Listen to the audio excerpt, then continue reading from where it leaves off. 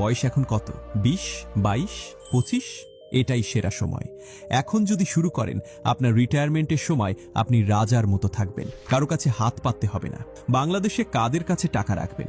এখন আপনারা প্রশ্ন করবেন, ভাই বুঝলাম সব, কিন্তু বাংলাদেশে টাকা নিয়ে তো সবাই পালায়, আমি কাকে বিশ্বাস করব?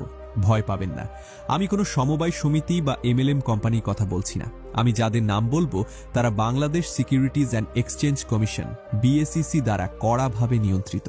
এরা চাইলেই আপনার টাকা নিয়ে পালাতে পারবে না। এদের হাজার হাজার কোটি টাকার সম্পদ আছে। আমি আপনাদের সুবিধার জন্য বাংলাদেশের সেরা এবং সবচেয়ে বিশ্বস্ত কিছু অ্যাসেট ম্যানেজমেন্ট কোম্পানির এএমসি নাম বলছি। কাগজ কলম নিয়ে লিখে নিন অথবা মুখস্থ করে নিন। আমি কিন্তু কারো প্রমোশন করছি না, আমি শুধু আপনাদের সঠিক রাস্তাটা দেখাচ্ছি। নাম্বার 1, আইডিএলসি অ্যাসেট ম্যানেজমেন্ট বাংলাদেশে এসআইপি কে যারা সাধারণ মানুষের কাছে জনপ্রিয় করেছে তারা হলো IDLC.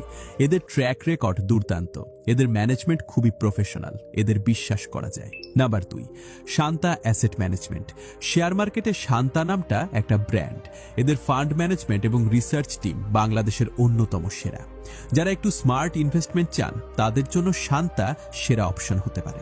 Number 3, as asset management যারা একটু অ্যাগ্রেসিভ গ্রোথ চান, মানে যারা চান তাদের টাকা একটু দ্রুত বাড়ুক এবং রিস্ক নিতে রাজি আছেন, তাদের জন্য এজ খুব ভালো। এদের রিসার্চ রিপোর্টগুলো দেখলে আপনি বুঝবেন এরা কতটা দক্ষ। নাম্বার 4, লঙ্কা বাংলা ফাইন্যান্সিয়াল সেক্টরে লঙ্কা বাংলা অনেক পুরনো এবং বিশ্বস্ত নাম। এদের মিউচুয়াল ফান্ডগুলো অনেক বছর ধরে ভালো রিটার্ন দিয়ে আসছে।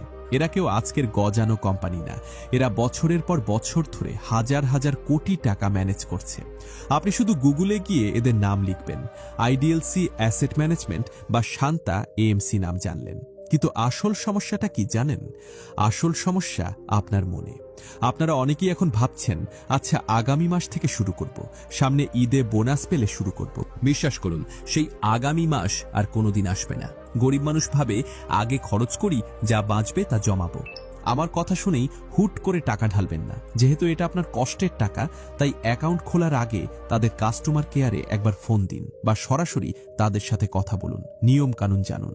যখন নিজের মন থেকে 100% ভরসা পাবেন, ঠিক তখনই বিনিয়োগ শুরু করুন। আমি আপনাকে পথ দেখালাম, অঙ্ক কষে দিলাম, কোম্পানিগুলোর নামও বলে দিলাম। এখন বলটা আপনার কোর্টে। আপনি কি সেই ভিড়ের মধ্যে হারিয়ে যাবেন যারা সারা জীবন সরকারের দোষ দেয়, ভাগ্যের দোষ দেয়?